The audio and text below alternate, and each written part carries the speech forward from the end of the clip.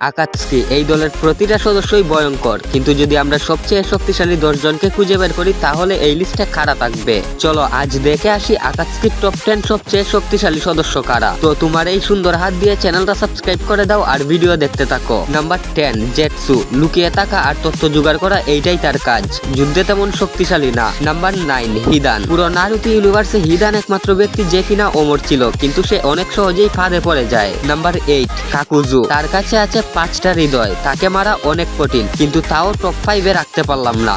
Number 7 Conan. Paper বোমের queen, সময় পেলেই ভয়ঙ্কর হয়ে ওঠে, যেমনটা দেখেছিলাম ওবিতুর বিরুদ্ধে। নাম্বার 6 দেইদারা। বিস্ফোরণই তার শিল্প, দূর থেকে আক্রমণে দারুণ শক্তিশালী। নাম্বার 5 সাসোরি। ভেবে দেখো 100টা পাপেট, একটা বিষের আঘাতই যথেষ্ট তোমাকে শেষ করার জন্য। নাম্বার 4 কিসামে। অসংখ্য চাকরা, তার তলোয়ার সবকিছু শুষে নিতে পারে। Number 3 Itachi Uchiha. চোখের এক নজরেই সব শেষ। গেনজুৎসু, আমেতারাসু, সুসানু সবই তার কাছে। নাম্বার 2 পেইন অথবা নাগাতু। রিনেগানের শক্তি একাই পুরো গ্রাম ধ্বংস করতে পারে। Number 1 ওবিতু Uchiha. ওবিতোকে নিয়ে বলার মতো কিছুই নেই, ওবিতোকে নিয়ে যা বলার তোমরাই কমেন্টে বলো। আর এই ভিডিওতে যদি মাত্র 10,000 লাইক কমপ্লিট করতে পারো তাহলে এর পরের ভিডিওতে দেখাবো আকাতস্কির সবচেয়ে উইক 10 জনকে।